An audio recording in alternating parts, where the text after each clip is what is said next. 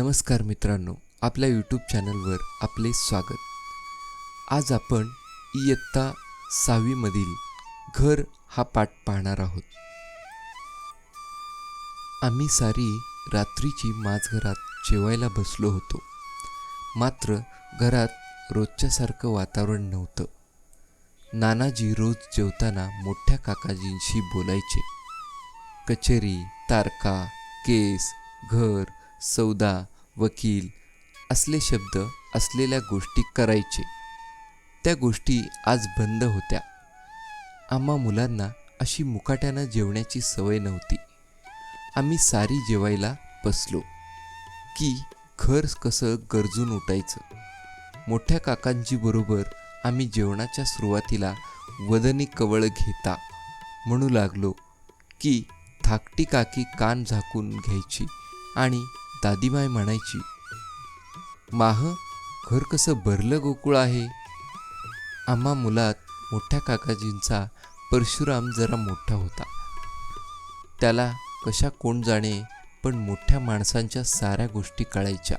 त्याला मी खुणावून आज असं का म्हणून विचारलं. तो चच्या भाषेतच म्हणाला, चला तू चके चष्टगो चौक कठा चहे का चणितिको चष्टगो. चपल्याला चता चव्यानं चराथक चहायलारा चैचंजा चहेया.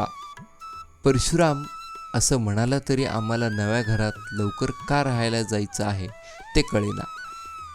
नमीला आमची चची भाषा कळत नव्हती. ती माझ्या पाटाशेजारी सरकून म्हणाली, ए परशू, काय म्हणाला सांग ना रे. अगं, आपल्याला की नाही नव्या घरात राहायला जायचं आहे. काकाजींना विचारलं, काकाजी?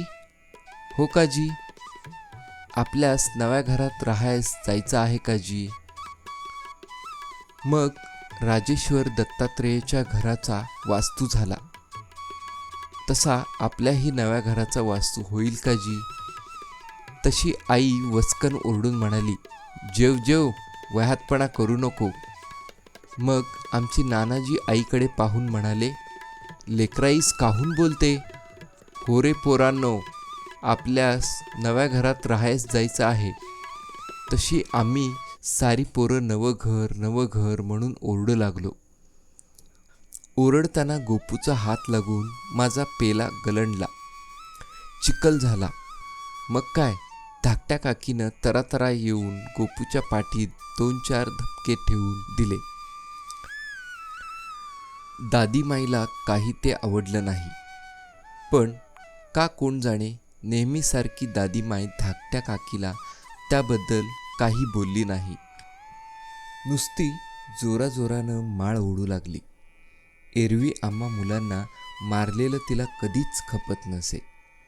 आज सारंच काही वेगळं घडत होतं. बऱ्याच वेळानं बापूराव काकाजी म्हणाले, वहिनी, आपल्यास मुंगण्याच्या शेंगाची भाजी असन तर अधिक वाढा बा. तसं आईच्या डोळ्यात पाणी आलं. आई, महा बापराव तानावता तईचं येहीच्या हाताचं झाड होय ते लावलेलं. दादीमाय म्हणाली अन मग घराच्या कितीतरी आठवणी दादीमाय सांगू लागली. आम्ही गरिबीत कसे दिवस काढले, कसे कष्ट केले. नागपुरात हे घर बांधायला केवढी यातायात केली. घराला आजोबा किती जपायचे. स्वतःच कसे रंगरंगोटी करायचे. घराला सडा सारवण झालं नाही तर आजोबा दादीमाईला कसे रागवायचे ते सारं सांगितलं.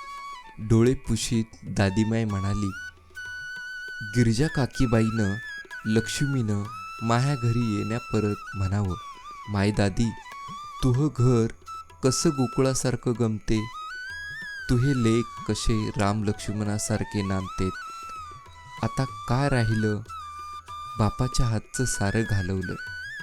एवढं घर राहिलं होतं सावलीत, तेही. आणि दादीबाई पदरानं तोंड दाबून रडू लागली. तिला नानाजींनी, मोठ्या काकाजींनी समजावलं. आमची जेवण आटोपली.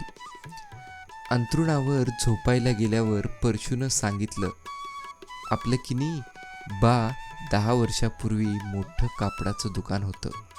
ते दुकान डुबलं आणि आपल्यास कर्ज झालं. त्याचंच तर कचेरीत भांडण चालू होतं. त्या कर्जासाठी आपलं घर आज विकलं. विकलं का रे आपलं घर? नमीनं विचारलं. म्हणून दादीमाय रडली का रे? गोपूनं विचारलं. खरंच विकलं आपलं घर? मी विचारलं. हो, आता आपल्यास म्हणूनच नव्या घरात राहायस जायचं आहे. मोठे काकाजी घरी आले की मोठी काकी विचारी, सापडलं का घर? कायचं सापडते एवढ्या लवकर? आईसुद्धा कधी नानाजींना विचारी, तपास नाही लागला का घरचा? इतवारीत पाहायचं असतं. पाहिलं, पण स्वतःच्या घरा एवढं घर मिळते का कुठं? आणि इतवारीत घेऊन कसं निभल? बापूरावास आपीस दूर पडते म्हणते तो. आणि कधी धाकटी काकीसुद्धा बापूराव काकाजींना एकटं गाठून म्हणे, कशाला भानगडीत पडता मोठ्या घराच्या? होतं स्वतःचं घर, ते घर तुमच्या भावांनी घालवलं. आता करायचं काय एकात राहून? मुंबईला एका खोलीत सुद्धा संसार करतात. अगं, पण दादीमाईस काय वाटन? दादीमाई मात्र काहीच बोलत नसे. घर मिळालं ह्याबद्दल चुकून विचारत नसे. आताशा तिनं सकाळचा स्वयंपाक करणं सुद्धा सोडून दिलं होतं. ती नुसती देवघरात बसून राहायची. सारखी माळ जपायची. मधून पदरानं डोळे पुसायची. आमच्याकडे आत्ताशी शेजारी पाजारी भेटायला येत. आम्ही घर विकलं याची खोटी हळहळ व्यक्त करत. त्यांच्याशी सुद्धा दादीमाय धड बोलत नसे. सारे म्हणत, दादीमाईला कशाचा तरी धक्का बसला आहे. परवा नानाजी रात्रीचे उशिरा घरी आले. एकटेच जेवायला बसले. मला झोप येत नव्हती म्हणून मीही स्वयंपाकघरातच बसलो होतो. खरं म्हणजे मला एकट्याला आमच्या माडीत भीती वाटायची. म्हणून आईचं काम आटपण्याची मी वाट पाहत होतो. नानाजीला आई सांगत होती, सासूबाईंचं काही ठीक दिसत नाही. काहून? रात्रीच्या उठतेत आणि साऱ्या भिंती चाचपडत रडतेत. मज तर वाटते का? का न जाणो जुनं माणूस आहे.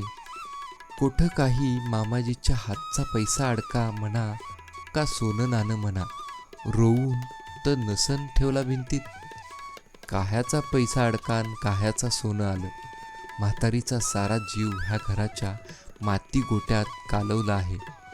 आणि मग नानाजींनी डोळे पुसले.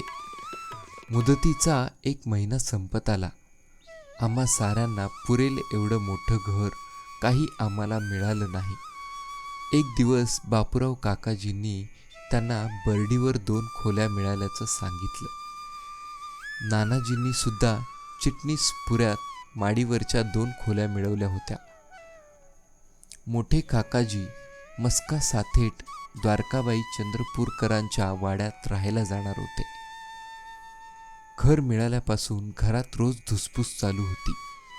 भांड्या कुंड्याच्या आणि सामानाच्या वाटण्या काही मनासारख्या होत नव्हत्या. आम्हा मुलात सुद्धा रोज 2 गोष्टींची वाटणी चालायची. एक म्हणजे पितळी पिंजऱ्यातला राघू आणि दुसरी आमची दादीमाय. आम्हा साऱ्याचं मुलांना त्या दोन्ही गोष्टी आपापल्या घरी हव्या होत्या. त्यानं आमची सुद्धा वाटणी जमत नसे. आमच्यात सुद्धा कडाक्याची भांडणं व्हायची. अगदीच जास्त झालं की दादीमाईजवळ जायचो. परशू विचारायचा, दादीमाई तू कोणाची व? बापा परशुरामा, मी तूहीच आहे. दादीमाईनं परशूला असं म्हटलं की मी विचारायचा, दादीमाय माझी नाही का व तू? मुकुंदा पिल्या तूहीच आहे मी. आणि दादीमाईनं मला असं म्हटलं की गोपू विचारायचा, दादीमाय आमची नाही तू? कशी नाही बापा, साऱ्याईची आहे मी. आमची भांडणं त्यानं उलट अधिक वाढायची. आमची भांडणं वाढली की दादीमाय चिडून म्हणायची, लहाने तसेच मोठे तसेच, तुमच्या आज्याचा हातचा पैसा अडका, घरदार सोनं नाणं सारं गेलं, आता मीच एक राहिली वाटणी करायची, करा माहे कांडके आणि घ्या वाटून. दादीमाय अशी रागावली की आम्ही चूप होत असू, पण हळूहळू दादीमाय आमची, दादीमाय आमची म्हणत एकमेकाला चिडवून भांडत असूच. आज दुपारी 4च्या आत आम्हाला नव्या घरात राहायला जायचे होतं. बापूराव काकाजी घरातले सारे खिळे, खिडक्यांच्या काचा, फळ्या, खुंट्या, कपाटाची कवांडं, टिनाचे पत्रे, जे काही निघण्यासारखं होतं ते काढत होते. त्यात भिंती उकरत होत्या, दरं पडत होती, घराला अवकळा येत होती, पण आम्हाला त्याची पर्वा नव्हती. आता का ते घर आमचं होतं? दादीमाईला मात्र ते आवडलं नाही. ती 3-3दा बापूराव काकाजीला घर उकरू नको म्हणून सांगू लागली, पण बापूराव काकाजीचं काम चालूच होतं. सारं घर अगदी रिकामं झालं होतं. फक्त पुढल्या माडीत भिंतीत बसवलेला एक जुना 5-6 ठिकाणी तडा गेलेला आरसा तेवढा राहिला होता. त्या आरशात एकाच माणसाची कितीतरी रूपं दिसायची. त्या आरशात पाहत बापूराव काकाजी म्हणाले, जा रे पोरांनो, सब्बल आणा. आम्ही सब्बल आणताच बापूराव काकाजी भिंत खणू लागले. खणण्याचा दणादणा आवाज ऐकून दादीमाय माडीवर आली. जिना चढल्याने तिला दम लागला होता. तिच्याने शब्दसुद्धा नीट बोलवत नव्हता. दम छाटीत मोठ्या कष्टानं दादीमाय म्हणाली, आगा बापराव, भिंत पडन का ग? अव नाही व, तू जा खाले. ऐक बापा माह, भिंत पडून जाईन गा, तुझं माही आण आहे. बापा, त्या आयण्याचं का करते तू? भिंत पडली म्हणजे पडणं तर पडन, घर का आपलं आहे? वा गा, इतके रोज ह्या सावलीत कहाड आले, त्याचं तुझं काही नाही का गा? पण बापूराव काकाजींनी काही एक ऐकलं नाही. दादीमाईला जबरीनं खाली पाठवून दिलं. बरीच भिंत उकरल्यावर एकदाची ती आरशाची फुटकी भिंग बाहेर निघाली. बापूराव काकाजींना समाधान वाटलं. आम्ही सारे आता एकत्र जेवायला बसलो होतो. बरेच दिवसांनी सारे असे एकत्र जेवायला बसलेलो असूनही कुणीच कुणाशी बोलत नव्हतं.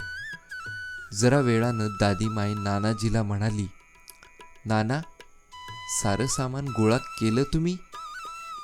पर मागल्या अंगणातलं तुळशीचं वृंदावन नाही काढलं? त्यावर बापूराव काकाजी मध्येच म्हणाले, तूही खूप आहे दादीमाय. अव 2 खोल्याच्या घरात हे वृंदावन घेऊन ठेवतं कुठं?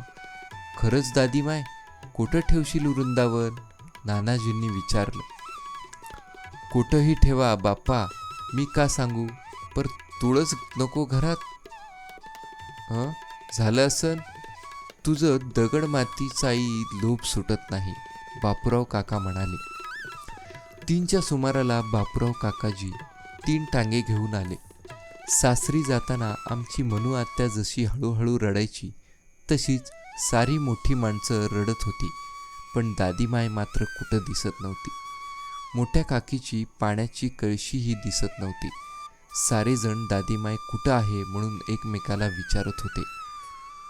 मोठे काकाजी दादीमाय दादीमाय म्हणून हाक मारत घर शोधत होते. नानाजी कसल्याशा भीतीनं विहिरीतही डोकावून आले होते. मग बापूराव काकाजी माडीवर गेले. 5-10 मिनिटांनी एका हातात मोठ्या काकीची पाण्याची कळशी आणि दुसऱ्या हातानं दादीमाईचा मातीनं भरलेला हात धरून ते खाली आले. दादीमाईचं सारं अंग चिखलाने माखलं होतं. दादीमाई धापा टाकत होती. तिच्या अवताराकडे पाहून नवलानं मोठ्या काकाजींनी विचारलं, बापा, दादीमाई धाब्यावर का करत होती? बापूराव काकाजी म्हणाले, पिसीच आहे म्हातारी. मघा म्या भिंतीतून आरसा काढला, तेत भिंत उकरली, त्याच गारा करून लिपत होतो. मोठ्या काकाजींनी दादीमाईला आपल्या टांग्यात बसवलं. दादीमाई लहान मुलासारखी हुंदके देऊन रडत होती. तीनदा घराला हात जोडत होती. टांगेवाल्यांनी चाबूक मारताच 3 दिशांना आमचे टांगे चालू लागले. हळूहळू आमचं घर आमच्या डोळ्याआड झालं. धन्यवाद.